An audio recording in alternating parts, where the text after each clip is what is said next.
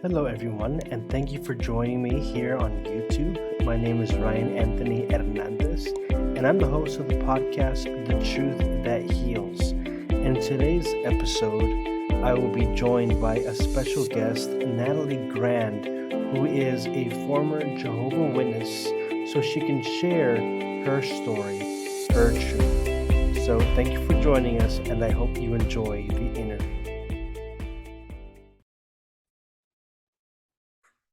Welcome back, everybody. You are listening to the Truth That Heals podcast. For today's episode, I have a special guest, Natalie Grand. Natalie, thank you for joining us. How are you doing today? I'm doing great. How are you? I'm doing good. I have a copy of your book here, Cult Girls, and I have it here. And for those who don't know Natalie, she is a former Jehovah Witness. Mostly in my podcast, I talk about Catholicism and how I was in a religious cult. Today is going to be totally new, and I'm so happy to have you here with us. Thank you. I was excited to talk to you because we got to get to know each other a little bit on social media. And Yeah. like we shared before, I always get along really well with other cult survivors. I actually find them more interesting. So I was really looking forward to today. Well, thank you so much. And even though we're like different religions, different cults, you could say, the the creepy thing is that there are so many similarities, or there are like so many things that happened on my side. And when I look at your story, it's like, wow, I see all these like cover-ups and all of this abuse. And that's why you're here to kind of share more about it and to bring awareness. Yeah. Well, I spoke about what I knew, and I have a lot of experience in the Jehovah's Witness cult. I'm fourth generation on both sides. I was married in it. I've been disfellowshipped unfairly as a teenager when there was gross sin going on in our congregation. I was kicked out for 2 years, lost all my friends. I was told I wasn't allowed to be with friends. Um, I missed my sister's wedding when I was young. I don't even know one side of my family because I missed those years as a teenager, and there was some pivotal moments. And there's like a cloud that's on your head when you're disfellowshipped. So it's like you're marked. And so I missed a lot of that, and then made some decisions after that because I was struggling and trying to get back with my family, because that was all I knew was this indoctrination, even though I knew in my heart I wish I could leave, but it's just so scary and hurtful when you're out. So anyway, so then I did get I was married in it, and then I tried to go up the highest rank that I could without like moving out and being like a missionary like you were.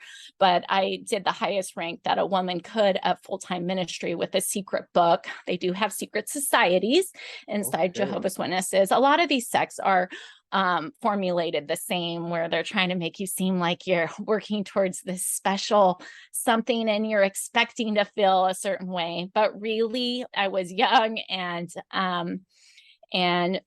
we could get into it. That's covered in the book. There's Armageddons, and they're holding this family against you, and it just goes on. So let me go back real quick to a word you use that I think not many Catholics are used to hearing, was disfellowshipped. Can you explain like the Jehovah Yeah, actually, they Witness got it from the version? Catholic Church.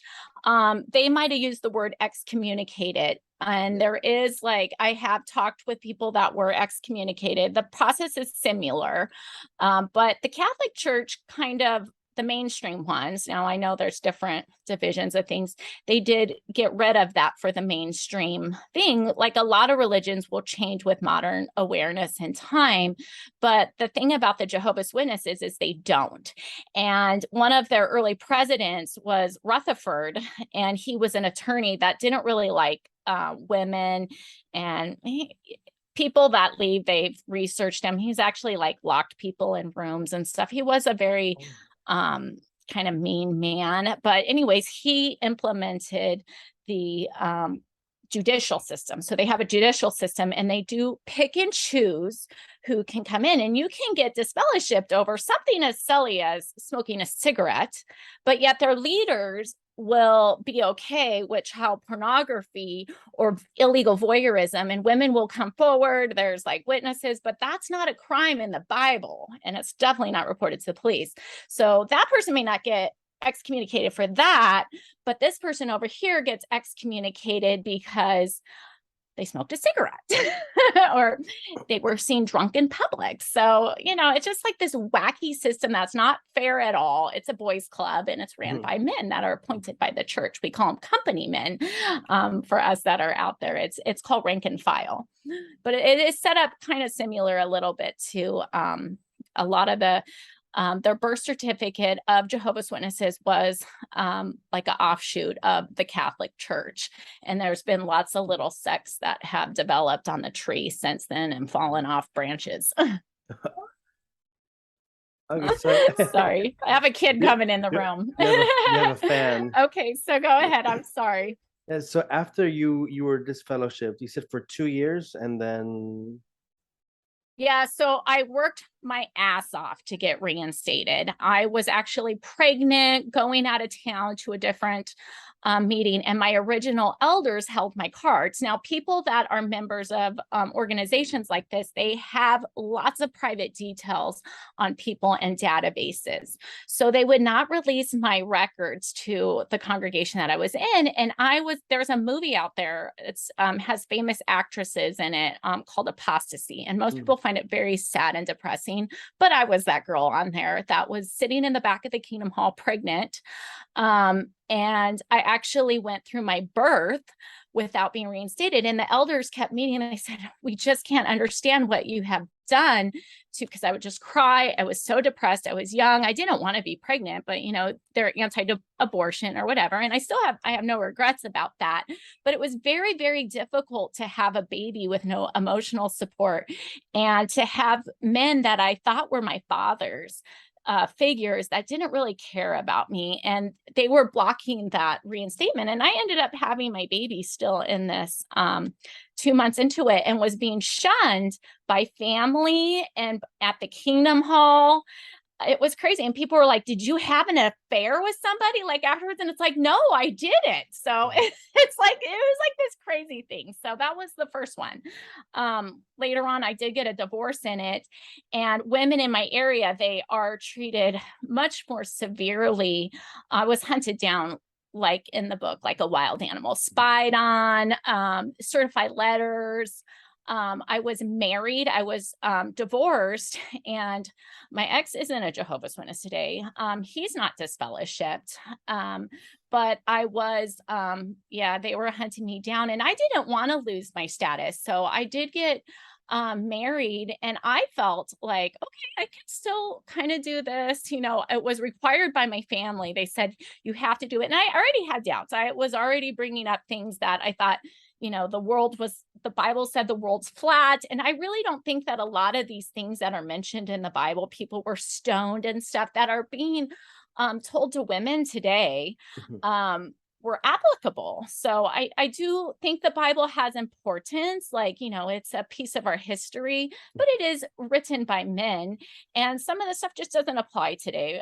This is modern times, and we've learned a lot about human kindness and equality. So, but anyway, so I did try to get reinstated, but the elders would not reinstate me. I tried so hard, but they wanted my children to study with them. And that was a big red flag. And there was no way over my dead body they were going to study with these men I did not know. They wanted to take them to ice cream, and they want to study with them. Now, there is women that I have seen that are very trusting. They tend to not be that bright, like uneducated, unworking. They're like single moms. I've seen them deliver their children to men in the congregation, but I was raised in it. I saw a lot of abuse, a lot of molestation and pedophilia.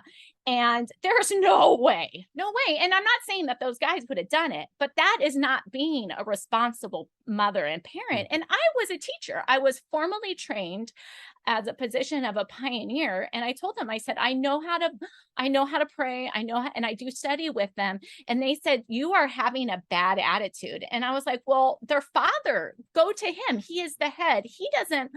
I don't want to mess up my custody and, do that. So I kind of put it on him, so that they wouldn't keep saying that I was bad attitude. But that's the reason why I didn't get reinstated. And then my daughter was a teenager and she was seeing some things of hateful things people were saying about me, including my own family members. And this is a religion that tears families apart. I have had a friend with 3 children, and she was arrested at the Kingdom Hall.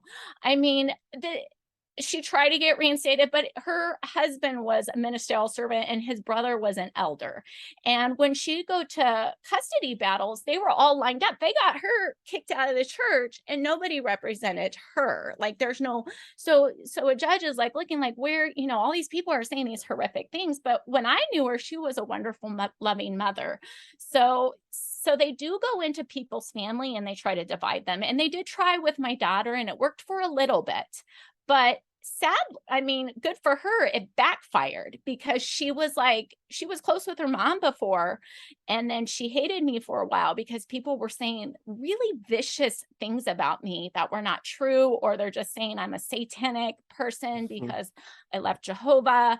And it was her job to punish me, but really they were hurting her the most. I'm a mature adult that's been through a lot, but a child, this is just too much to take away their own flesh and blood mother and say really bad things when I financially took care of her and took care of her needs. And I'd help in her classroom. I mean, I wasn't the perfect mother because I regret that I raised her as a Jehovah's Witness and made her do some of my ministry, but we got therapy for that and worked through that. And we are close today. So I am a big advocate. I see a lot of alienated parents on Twitter that I have become friends with. And so, I talk to them, like a little bit of hope. Hey, I've been there. But when you see this side, it's real and it's very, very common inside every congregation and in cults like this. And I just feel like religion, that's where you separate a destructive religion versus a good religion. A good religion is going to promote peace and love in your family and want these children to be loved and cared for and people to walk out with Exactly. smiles and stuff. Exactly. That's what for me, like, it's I have to sigh, because it sucks because I think I'm not anti-religion. I'm still Catholic, but what bothers me is that many Catholics aren't ready to have the discussion that there is abuse happening, and it's happening under their noses, and many times it's spiritual abuse by religious people. And I remember I was in Cerritos College back in LA, maybe in the early 2000s, like maybe 2002, and there was a victim who was on the radio station over at Cerritos College, and he was telling his story about being abused by a priest, and you can really hear his anguish and his pain, and around the studio were the lay Catholics meaning those who aren't priests, just the regular folk, and they were uh like hissing at him. They were Mhm. like so angry. And I remember the guy conducting the interview, he asked afterwards, he asked the Catholics, he's like, how can you guys claim to love Christ and to be Catholic when you're getting mad at the victim here? Like, how come you're not getting mad at the abusers? And so, like, Yeah. hearing you talking about religion, and it just bugs me because, yeah, it's supposed to be something where it's you find peace and you find safety, but like in the cases within the Catholic Church, and as you're sharing with us today in Jehovah Witnesses, it's like the victim is the one who gets the blame. I don't understand that. Yeah. Yeah, and this is real. Yeah, because we've had cases in the congregation that I grew up in, I moved in there maybe around the age of 15, and there was a pedophiler. He was a ministerial servant, which is like a God appointed leader. He was on the younger end, and he was molesting little boys in our bathroom. And I have little siblings, and no elders told our family about this. It was just handled in house, like a lot of stuff. A lot of these cases that are coming out, everything's handled, a lot of them in house. And then later, I went to a concert with him. I've hung out with his mother. No clue. We've been to their house. He played in a band. Now, I wasn't one of his victims. But the really sad part is one of those victims as a teenager, he had maybe a little bit of anger issue, something. He was one of the molested ones. He committed suicide. They disfellowshipped him and he committed suicide. It wasn't years later till the court case came out. And there was no journalist that really put it in the paper. So nobody talked about it. And but I knew about it because I know a lot of people, but probably the most of the Jehovah's Witnesses didn't know about it. And so I remember I had a friend that we became friends, moved into the congregation. We were moms at the time, same exact congregation. And she was like, I heard rumors of a pedophile. We didn't really know each other. And she got the presiding officer, the main elder over it, was like, don't talk about it. So you don't talk about things, even if they're true. So there's like proof there was a case, and it turned out that the elders like destroyed the files and stuff, which seems so meditated, like premeditated. And she's the one that's getting in trouble with her kids. All she wanted to know is her kids are safe. So I told her, she's like, what, why are they acting this way? And I said, oh, I'll tell you all about it. And we deferred friendship because I'm like, I like this mom. She's using her like senses. And so that's how we bonded and, over that. And she was like, thank you for telling me the truth. I was like, I wouldn't trust my kids back there by themselves, but technically that guy is gone. And yeah, it was a real case. And she was like, wow, thank you for sharing, because nobody would hit it to her straight. They're like, oh, they were like all like afraid. And I was like, I'm not afraid. I'm going to tell her because I trust her. And it's all about trust. Like you're always watching your back, because if you say anything about anybody of the elder body, you're going to get an embarrassing meeting right after the meeting. And it's going to look like you committed some kind of adultery or something. They know how to work the system to shame women, to silence them. So you kind of learn, I grew up in it. So I kind of learned, had a good sense of who to trust at that point. Okay. So after all this happened with that one pedophile, did you still stay with the Jehovah's Witnesses? Yeah, because that's all I thought, oh, maybe this is, I knew, well, I'm going to back up. I knew that there was a lot of abuse. I had friends growing up in it that were, the word isn't, it's CSA, because it wasn't by their father. So it was by one of their father's friends who had a position. And they were accused because they didn't go forward. They had like a bag over their head, like extreme abuse of grooming. It went on for a while. And this guy's older than their father. And they felt disgusting to even talk. A lot of shame and disgust they felt. And so I don't have the proof. I didn't have a camera or anything, but I believed them. And they did get formally announced. And I was like, why are you in trouble? Like that was the first time I really saw that. I was like, why would my friend be, her reputation that could affect their prospective marriage mate, because you get like a marking, you get your name announced, and maybe a high caliber guy that wants to be elder doesn't want to be with a woman that's been formally in trouble. But I was like, what did they do? I mean, they were victims. So they were considered willing participants. And that policy is still in existence today. Now, that pedophiler was never reported. He is still a Jehovah's Witness in this area. And so two of my friends that were not related were abused by them, and their parents didn't even report it to the police either. And there's many reasons for that, because, they don't want to put a target on their back, or maybe they feel it was just isolated case, but he was forgiven by the church. But he has he is not on the offenders list. And these, in my opinion, those were victims. They were not willing participants, but according to Jehovah's Witnesses, they were willing participants because they didn't scream and yell. And if anybody knows the grooming process, of using, and they were uneducated too. These were girls that were on homeschool. They got their proficiency test, house cleaning. They were being groomed for pioneering. So these just aren't even like city kids that could really feel empowered. They're not getting like these teachers. So there's layers to these issues, how these children are not being protected in organizations like this. So, so they get in trouble for speaking up, and then Well, they got in trouble because they were a willing participant. So oh I my know. God. And so there's other issues too. Now, there is a secret elder book. There's a secret society. Why not make the book public? So there's rules in there. If somebody has, if the elders come across like child pornea or something, pornography, they don't report that. That's not a crime to them. That's not like a gross sin.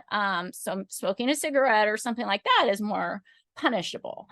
But if you are a victim, they make you have two witnesses. And a lot of children that are abused physically or whatever, they do not have two witnesses. So even if there's like a DNA kit or a rape kit, that is not Bible evidence. It has to be two witnesses. And they even Jeffrey Jackson, he's one of the governing body. There's 8 men that rule this whole international thing. And in front of the Australian commissioner, he said they would never change on their policy because their policies are the Bible. And they're like, yeah, but can't you just like change for the protection of children? And he wouldn't.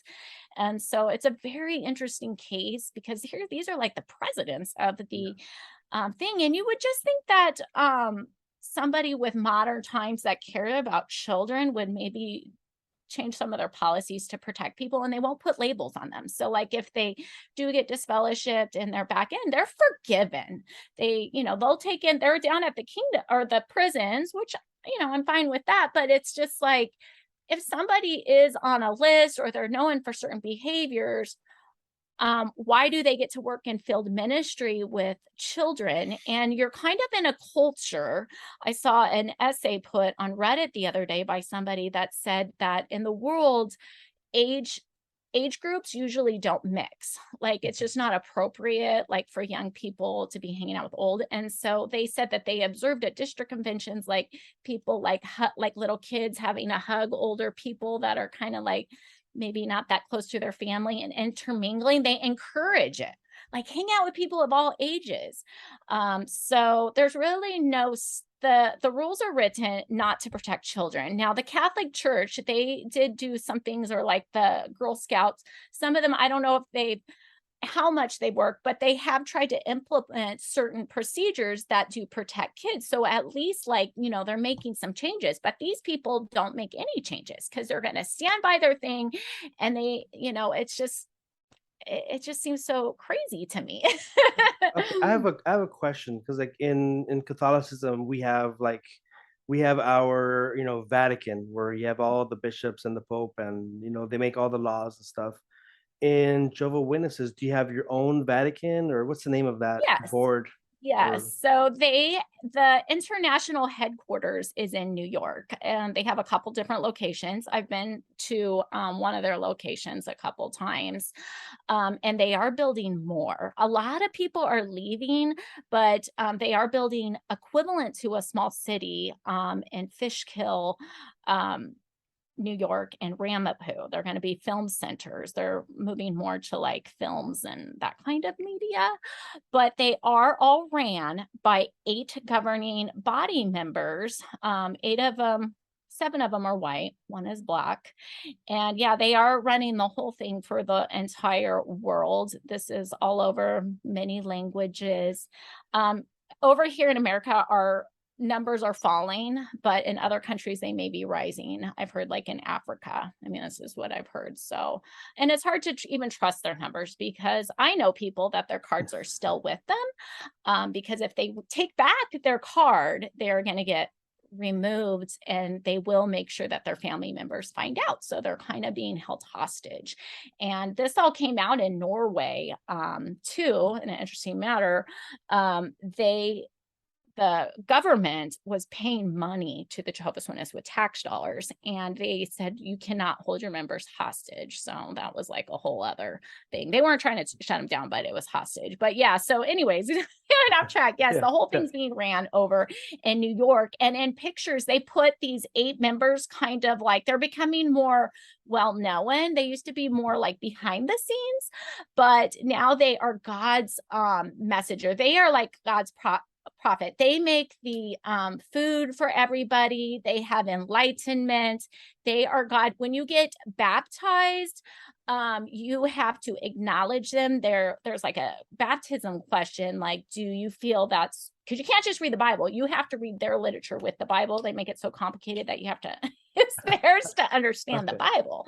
So even if they fail a lot of prophecies, you have that's the people. But yeah, it's set up very similar, and that's why it is kind of like people say that it is like a sect of Christendom. They run things very similar. And are they doing anything to protect victims, or is it always going to be the same where there has to be 2 witnesses? They have not changed it, and the governing body member said recently, Jeffrey Jackson, or yeah, Jeffrey said that no, he would not change it. So what they're having now is a ton of lawsuits, a ton, and they're having to hire a lot of attorneys to fight them because some of the cases, like we found out a couple days ago, I think it's the one in Montana, one of the attorneys they sent, Brumley, the court was not happy with some of the things that he did, and he may be penalized personally. So now we're finding with modern as awareness and so many victims coming forth, and they have substantial evidence. This is creating some journalism, and it's making a lot leave because they're disgusted by it. Many don't know until they start to look at some of these cases. I mean, we have Monica Hines versus Watchtower. She actually, you may relate to this, she worked at the headquarters. She was a child that was sex trafficked and work trafficked, and her abuser admitted to his crimes of sodomy, and they did not report it to the police, according to the case going on. And it looks like people saw that he still has access to, he does film for Jehovah's Witness on his Instagram. He had like a 500,000 followers or something under a different name with all these Jehovah's Witness kids. He was like definitely at very high up conventions, some kind of film out. His name is Bill Briggs. And so the case hasn't settled, but this kind of just gives you an example. We got another case popping up now in the state of Washington. I think the last name's Jones. So these are Every popping day up they're everywhere. coming, every day they're coming up, and it's like crazy. Yeah. And actually, but a lot of victims don't, I mean, they're contacting me. I mean, like I'll have like youth kind of reach out, and I don't even think they're using their real name with me. They're very scared. A lot of pain because their families are in it. And that means like talking about it just makes them feel like it's like this monster. So not everybody, not all the laws in the states, like there's a victim I know, he's gone to the FBI and stuff, but it was past the statutory limit. So by the time they can really come out with their stories, it might be past the time, but that could change with laws if people like you and me and all the people very passionate about it start to open up these statutory limits, then we could have more. And that's the only thing I can see that will penetrate some of these organizations is loss of membership, and also damaging them. And the Catholic Church just came out with an announcement the other day too, which was just like the Watchtower. I don't know if you saw that, I put it on my Twitter, but they are seizing it looks like bank accounts from their smaller entities. They're using words I'm not familiar with, but in our past religion, they were called kingdom halls, and each kingdom hall had a bank account, and we would build savings for it, and we would kind of like donate a lot of money for some kind of thing, like we'd want our own Kingdom Hall in a certain city or something, or a remodel project. Well, they are seizing those funds and bringing it to the headquarters. Well, the Catholic Church just announced that a couple days ago on Catholic News.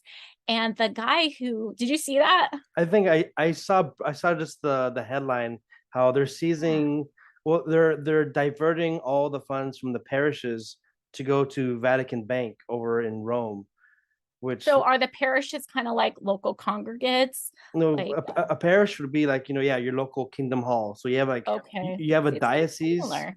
A diocese is like a little kingdom, a little city, Yeah. and the like the mayor would be the bishop kind of thing.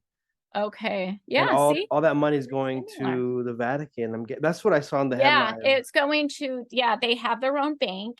And then, yeah, so this, if anybody wants to research this, you just go to Catholic News.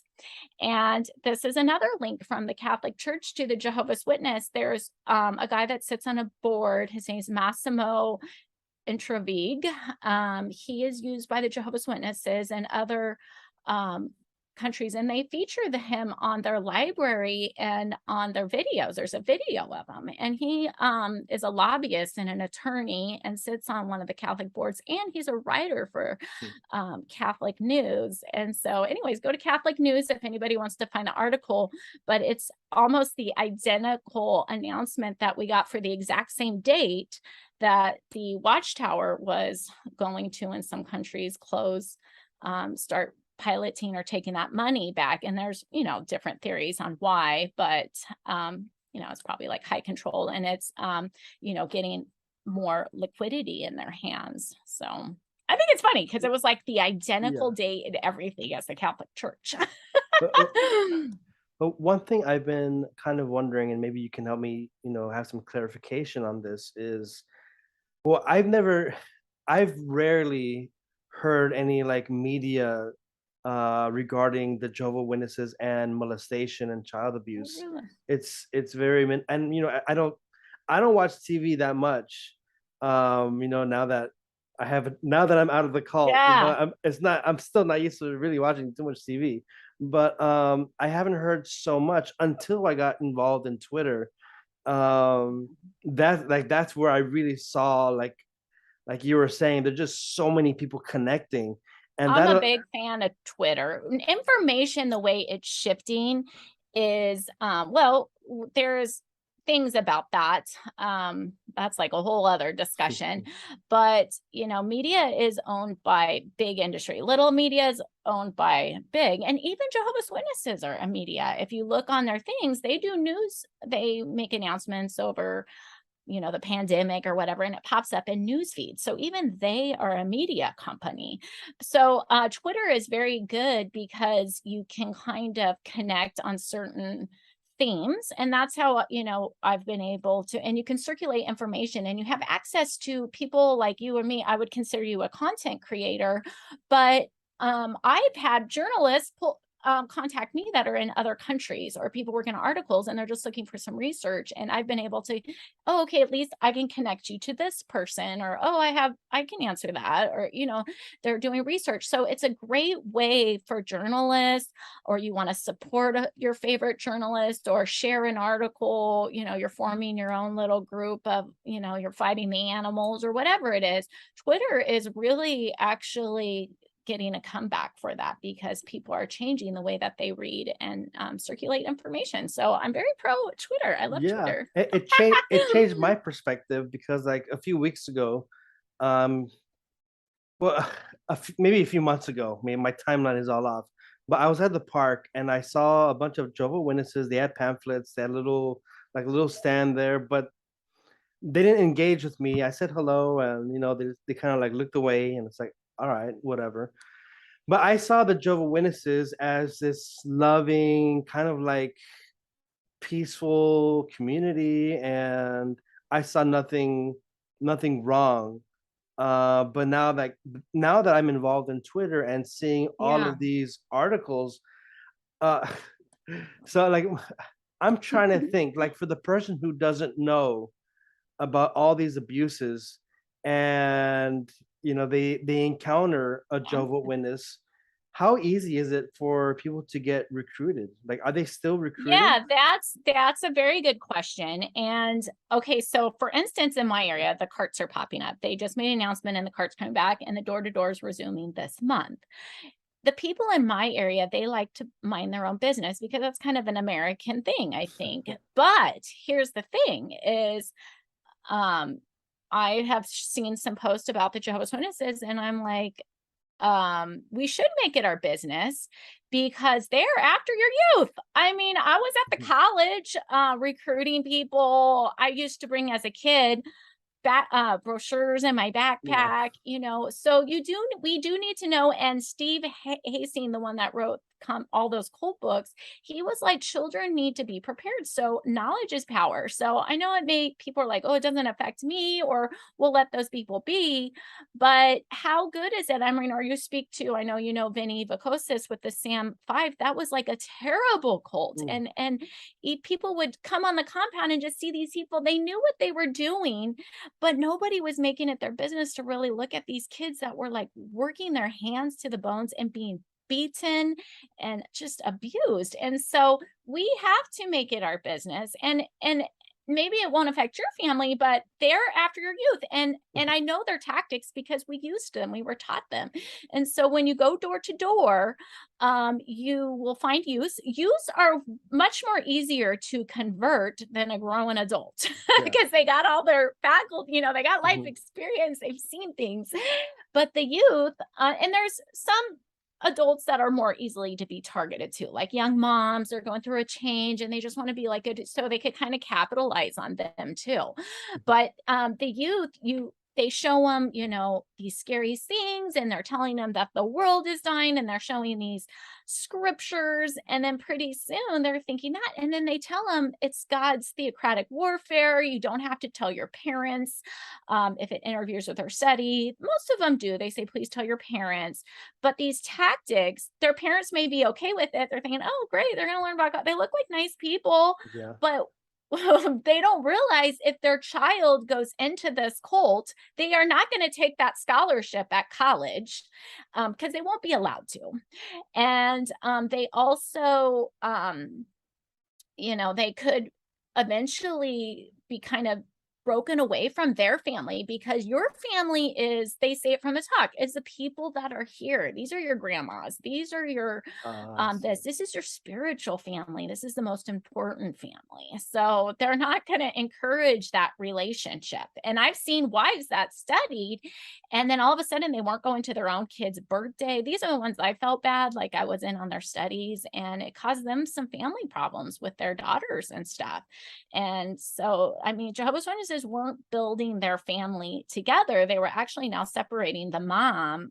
She, I don't think her husband appreciated that, but like there was some issues, and these kids weren't happy that their mom is now at meetings like 5 times a week, and they're not going to their own birthday and preaching to them and stuff. So, And there's no yeah. flexibility. Not really.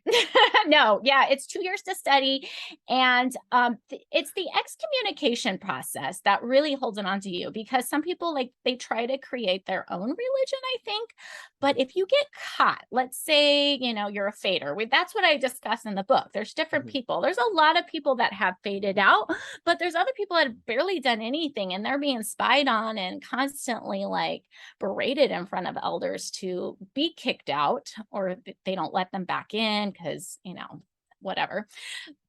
So yeah, so that's in there. So let's say these faded people, they want to leave. They can't just celebrate Christmas or vote or put a flag in front of their house.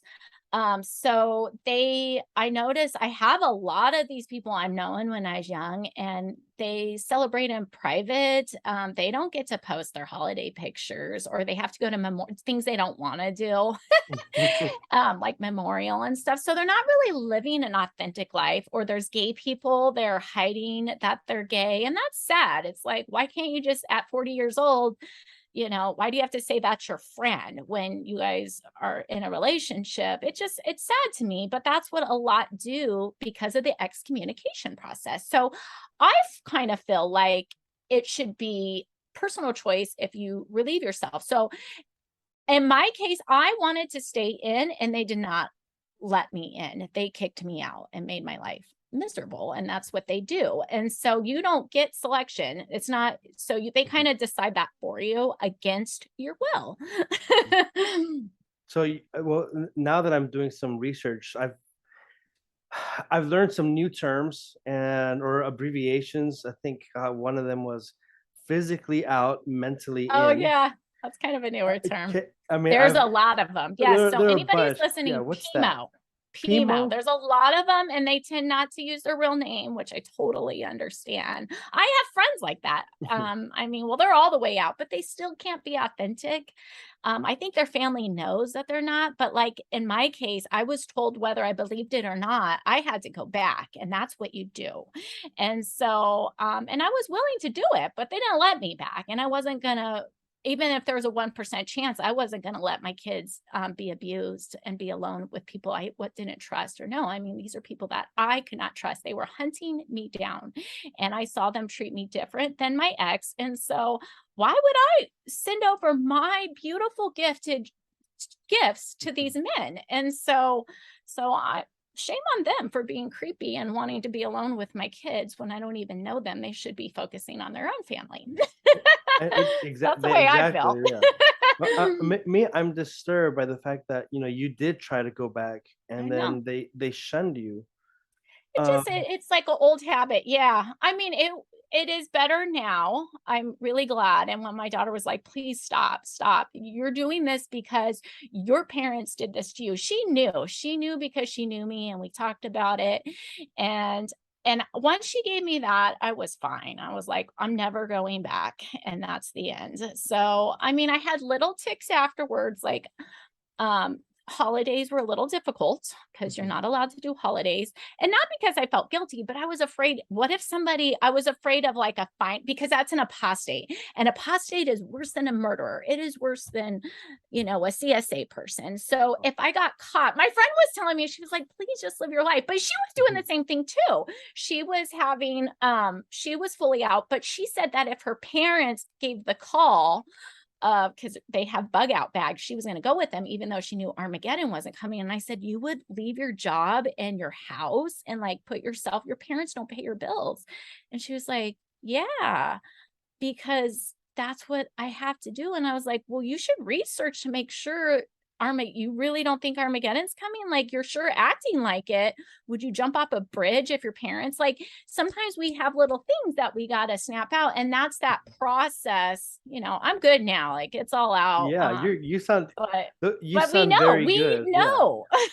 Yeah. So what advice would you give to someone who is out but is still mentally in and is struggling with the process of leaving entirely? Like, do you have That is any a like lot of tips? people.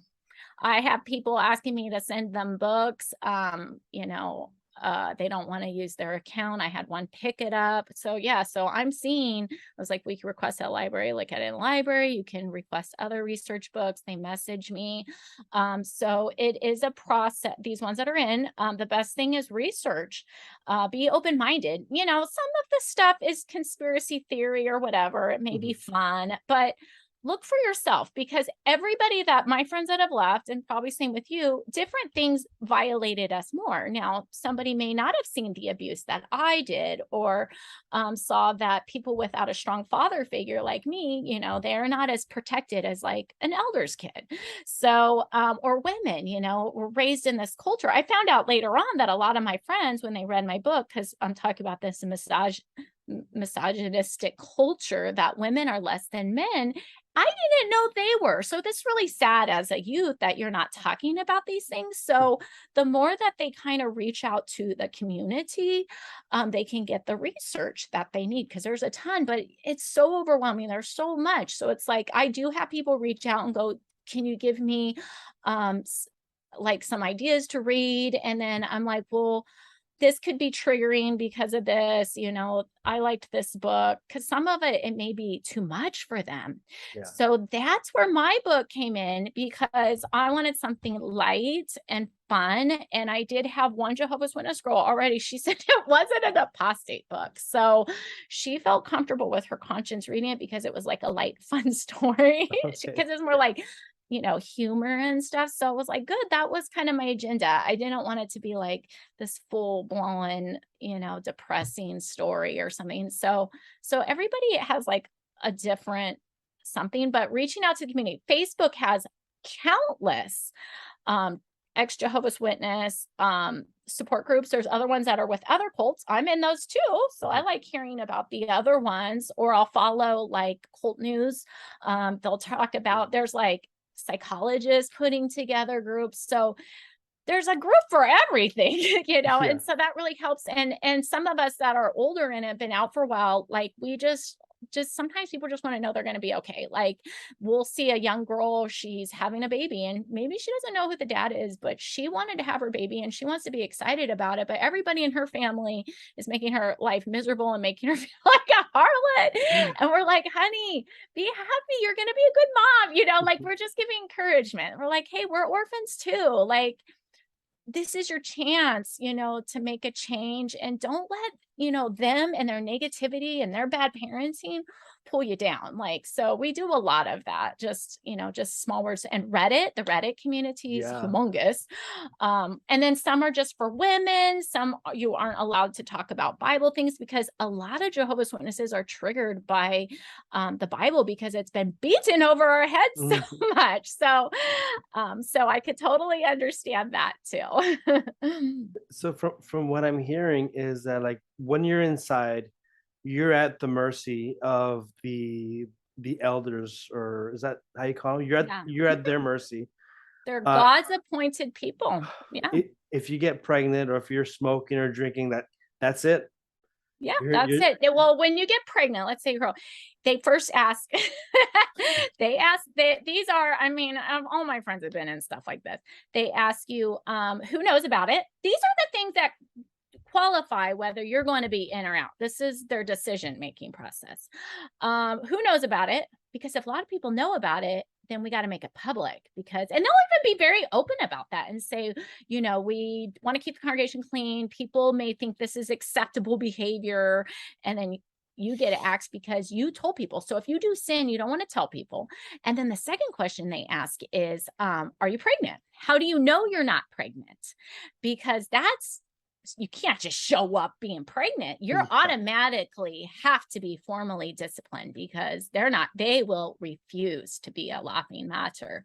So, these are just the thing. But to me, it's like, why do that to that mom and that kid? It's like, they don't let you have an abortion that is covered in there, but let her, she's bringing a life into the world. Let's show some kindness. I mean, they don't celebrate that a life is coming into the world. They don't, No. take care of her, that she's gonna be a Well, mother. she would, but it has strings attached. So if she has to really be sorry, like very apologetic, she will get a formal discipline of like a name, like a warning. It will be an announcement. And she better have some waterworks, and then she better back this up with to get these people's attention. She needs to like be at the meetings and comment, and like really like, and when you comment, you're being organized in field service, you're being all ran by men. And so you got to tell the brother, thank you for arranging you, even though you're paying your own gas and your own time. Because women, men are the head over women, and this is common in a lot of these things. That's how they control them. And so there's strings attached, and there is a difference, because my daughter, she went to a nursing program for college, and she was working at a very cool homeless shelter it was for women that were pregnant, or they had a little kid. That was the requirement, and they could have been an addict, but they had to be clean while they're there, like a little tiny bit of a carrot. but they didn't make these ladies study.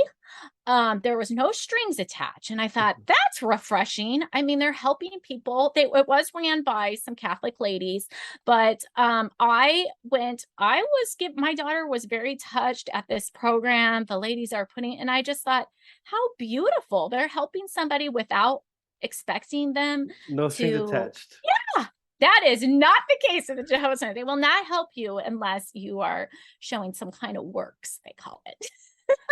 No, I don't know if you've seen this Netflix documentary. It was about the Latter-day Saints, the fundamental Latter-day Saints. Yeah, I've watched I, a couple of them. I, I I love think all that stuff. I think it was called Pray and Obey or something like Listen and Yeah, Obey.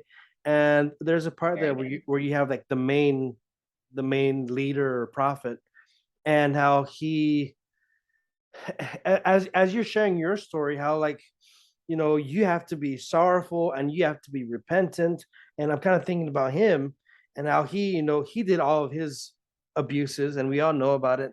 It just pisses me off, really, that Yeah. they treat women like this and the rest of the community, and yet they've done so much. They've done so many criminal activities on their own, and yet, Yeah. I mean, they're not crying, they're not apologizing. Have they apologized? No.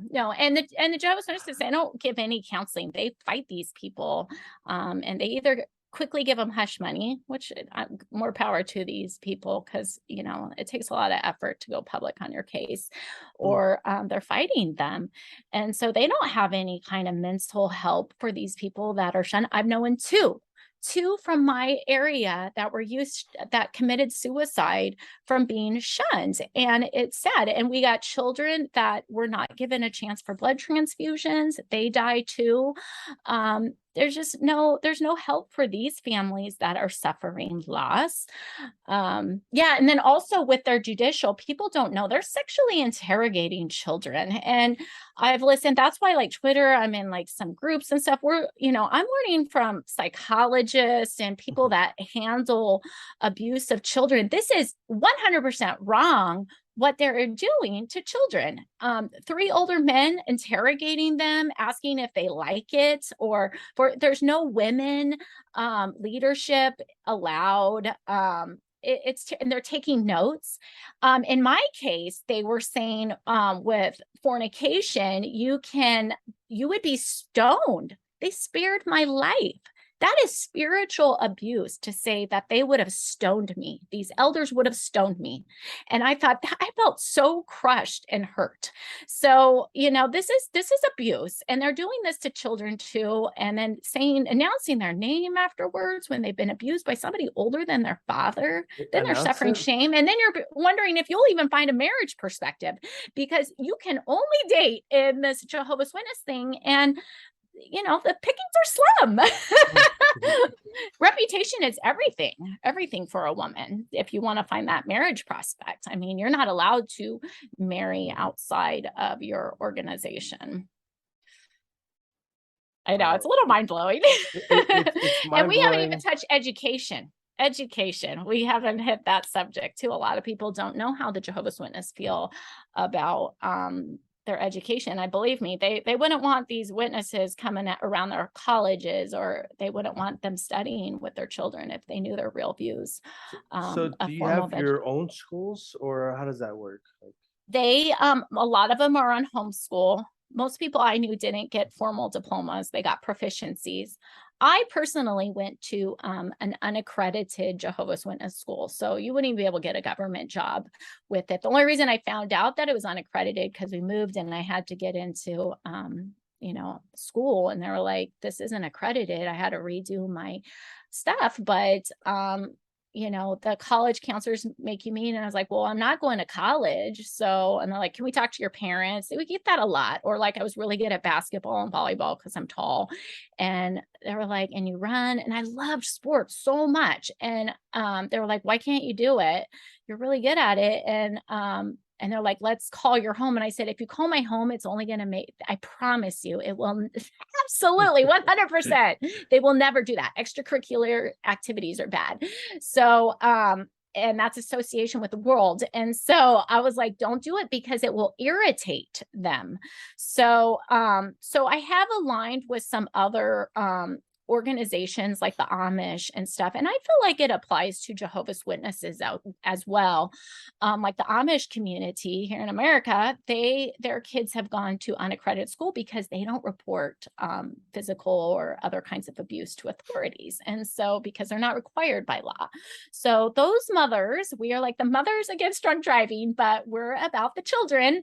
And I said, absolutely. I said, I went to an unaccredited school, and I do know these mothers do not want, they do not want child protective services poking around. So yeah, absolutely. And they're very strongly, these mothers, her name's Misty Griffin. She wrote a couple books, and she's advocate for children's education. And she truly believes, and I believe it too, that children have a right to a proper education. And that means that they could, if you get on an unaccredited school, you can't get into college, and not just on paper wise, but let's be real, like the education is just lacking. And so I feel like that too. And I've seen it over and over again. Why even get, first of all, the leaders say, don't do it. It's Satan. Elders have I put a letter up there. Elders have gotten removed for their daughter going to college. They can't even be a leader anymore.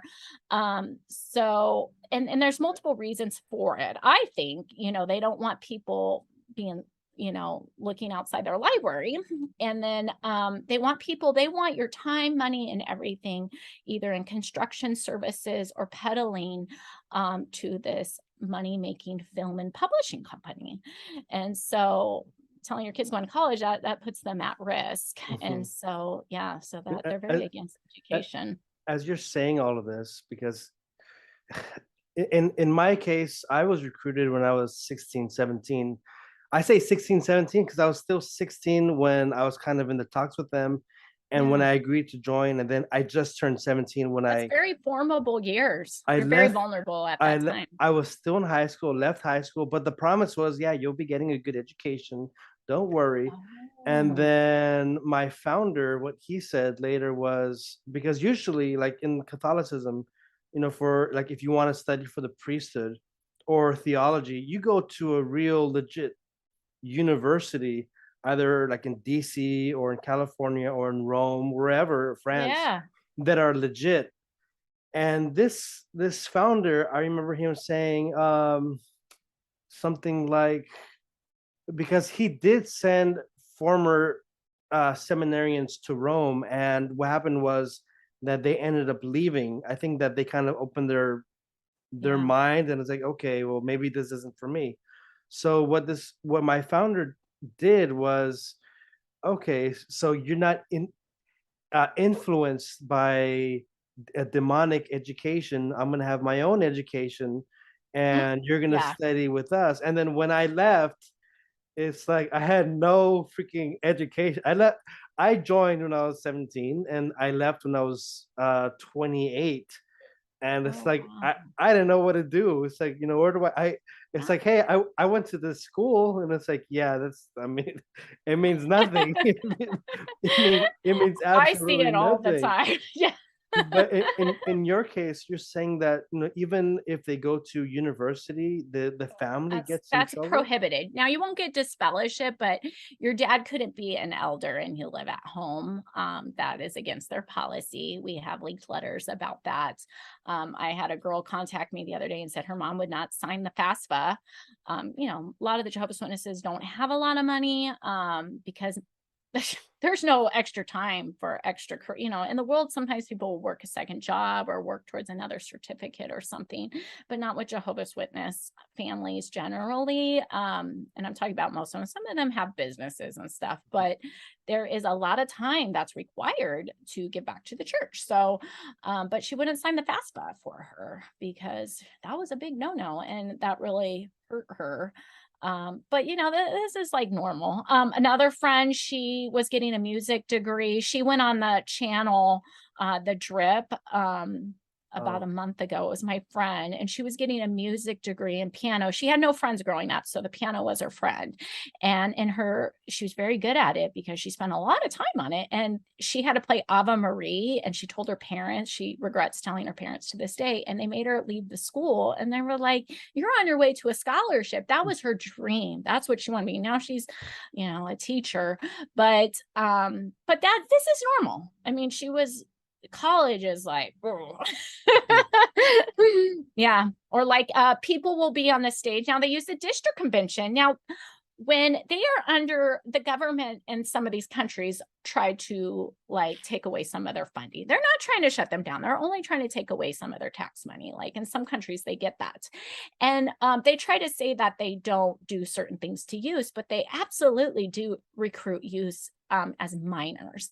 And what they do is they put minors or people on the stage, like they get baptized maybe as young as 8 years old. They may interview them. And I used to always like to hear all the kids like dedicating their life. You get a lot of speakers on there saying that they turned down like Harvard scholarships, music career. They were going to be this or they were going to be that. And they gave it all back to Jehovah. And so this is the message that they're giving to youth. But then at the same time, the next one's like, we're just right here. It's the end. It's the end. Tomorrow's going to be the end. We may not have our next convention. We got to warn others. So it's like when you're young, you believe this stuff, even if your parents may not be as Armageddon promoting. I believed it because it was everything. I was pulled into this emotional hype of thousands of people. We would go to a lot of conventions out of town, and then there was just like so much emotion, and people are crying, and they got a book release about Armageddon, and it's showing these pictures. So there is like an emotion that is of urgency. So why would you be so selfish to want to get a medical degree or something to help people? And so that's where I kind of like with the book, I wanted to show the difference because my friends, they try to teach you that when you leave, your kids will probably be doing heroin, murdering, hijacking cars, whatever.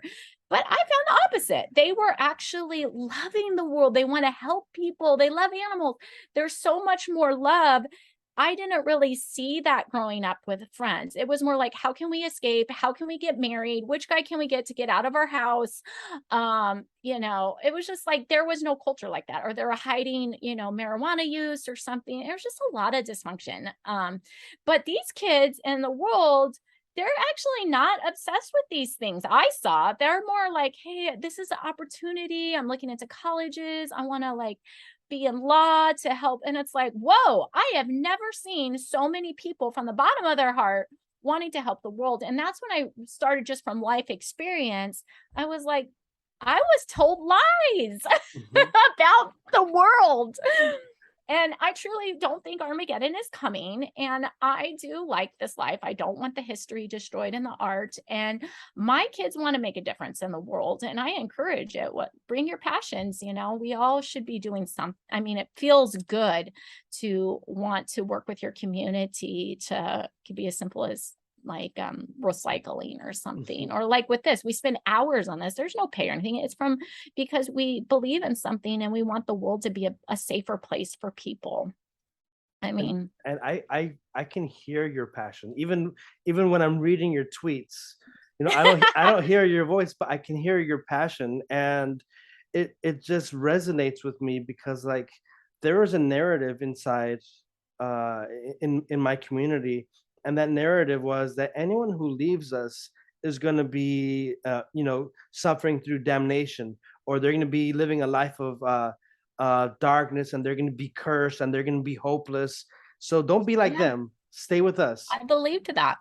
We Yeah, believed it. it was all lies. Uh, Now I mean, I'm going to own it. I'm depressed it doesn't feel good to lose when you're young and your late teens and your whole foundation gets ripped out from you and you're an orphan from your family. yeah. I mean, that's very difficult to do. And then you realize you got to support yourself. Your family doesn't have money, or they're not sharing with you. They're not trying to help you get into college or make you a survivor or anything, not like what I do for my children. So, yeah, so it's really a terrible thing. So yeah, so you are sad. And then they have a line for that too. They go, "Oh, see how sad she is." And they're sickos. They're Mhm. sickos. I've had friends like that too. Yeah, they have been on drugs and stuff. And yeah, they do, but they got clean after they realized where it was coming from. It hurts when your family does that and that you've had your hopes and dreams ripped from you. Nobody asked a Jehovah's Witness kid, "What do you want to be when you grow up?" The correct answer is full-time ministry for Jehovah or be a mom, which there's nothing wrong with being a mom, but not everybody wants to be a mom in their 20s. And not everybody wants to like go to 5 meetings a week and dedicate and do free construction for this company, which they're trying to the elite families of Jehovah's Witnesses, they get used for construction. Oh joy, you're free labor. They like it. Building They your like own they like empire. they like for you to work while they just, relax and live their It's a happy very sad, lives. and then you see the other end where my friends, they're like their parents are suffering financially as old. So now see, we're taking our more mature brain. We couldn't see this when we were young. I Mhm. couldn't see it. But when you're older this way and we're saving for our retirement, thankfully you got out soon because then you have many years to work on yourself and getting yourself strong. And when you're strong, you can help others. Like, I funded my book. It was thousands of dollars and I knew that. So I mean, I was able to use my money from my hard-earned money to do something I wanted to do for myself. And so, but see, these people don't have that because most of them, they didn't save for retirement because Armageddon is coming. And if they are poor and they can't afford to get dental work, then they said they're doing something right. Because if they're not suffering, a lot of them are on pills. I saw a lot of sadness. A lot of them, their kids, like the ones that got woke, some of them, Mhm. they don't, a lot of these parents do not have association with their children because there's one on Twitter, Professor, the nicest guy. He's an artist and his family, he was sharing, his family doesn't talk to him because he's an elder and he got a divorce when he was young or something silly. So I see them suffering and I don't see that they're living this great life. And some of them have to live off the government and stuff in their housing. And they show these really sad videos. I saw some recent ones that are put out for the convention of a guy like in this room when he's old and he's looking at some pictures and it's like, why are they making that? It's like, hey, you guys work on yourself, enjoy your family, Mhm. save a little bit for retirement. I found working is fun. It's great as a woman to be independent and not yeah, and that's probably why they didn't want me in because I have a smile on my face because And they don't like independence and happiness. we live in America. I mean, Mhm. and And I will it's promote it to any woman. Please, find your dreams. Like I was kind of like that in it, like, wanted people to live a great life, but they even said the gym was selfish. And I kind of disagree because like taking care of your body and your health is very good for your mental state and your longevity and your stamina. So it's like, why were they making these things so terrible? Well, I'm really inspired by your passion, by your love for helping others, and I wanted to ask you to kind of wrap this up. What advice could you give for those who have been victims of abuse, of being silenced? What can they do to kind of get out of that, that prison that they're in? There is, I mean, it's a long road, but there's always hope. I've heard such terrible, terrible stories of people, and we know a lot of, just from our community of anti-cult, what they have gone through. I've read their information or their testimonies, and they are finding joy today. And some of it is like we are individuals, and the individuality was not encouraged. And so a lot of people leave, they don't know who they are. They don't even know what they like because building a muscle car was taken away from them or a music career or something. And and they didn't get to do that. So you're trying to find other things. That's what, for me, like, maybe this wasn't my dream career, but I'm so thankful I got the time that I did, and I didn't wake up like as a grandma or something. Like, the damage, I've helped fix my line now, and I've fixed the damage with my daughter because she used to have to be in full-time ministry too. And so I focus on the positives, and there's so much I want to do with this life that I don't have enough time. Mhm. So I will never be bored. There's a lot to do. And if you have your health, there's something. And we are entering a really great age of information. I mean, the stuff, I wish the internet was the way it was when I was young, because it would have been life changing. Yes. I mean, free information. You don't have to, I mean, I do encourage therapy, but even on Twitter, there's so many like doctors and stuff that are like giving like free podcasts. You had that Dr. Janja, Mhm. excellent. And I'm years out, and I was like, wow, I learned a couple things. I found her very encouraging. So sometimes even in the car, I'll listen to things because I want to know, what the current status is on some of these cults or policies, or some feel good stuff. So all this information is for free. Yeah. And I've learned so much today listening to your story and listening to, this information about cover-ups. And I think it, really brings awareness not only to, Jehovah Witnesses, but also to those who might be thinking about joining. And, now we can have our eyes open Yeah. and use our mind. Yeah, and when you heal, you kind of like, for me, I'm using my stuff to help others because I've been out for a while, but I have with some use. And this is when you know your stuff, like, it doesn't matter who these people are studying with. Some use, I do housing for some use, and one was with the Scientology. These are people that didn't have families, these youths, and one was the Scientologist. And I didn't say don't do it. I was just like, wow, I'm really concerned. I mean, you're in college, see if you will want I was like, spend that money on yourself to get yourself strong. You don't have a family to support you. These sadly, these are all people that didn't have moms, and they were in foster adults and stuff. And it broke my heart that they'd be taken advantage of. And so I was like, if you feel that way after you're educated, I mean, I was in a cult too, and I know. And so then that was one. Another one was a Mormon. And so it was like, focus on your education. So it doesn't matter. It's not just a Jehovah's Witness. When you start to see patterns, I mean, a lot of people do really great things for religion. It brings them peace and hope and makes them feel like they maybe are a better person. That's okay.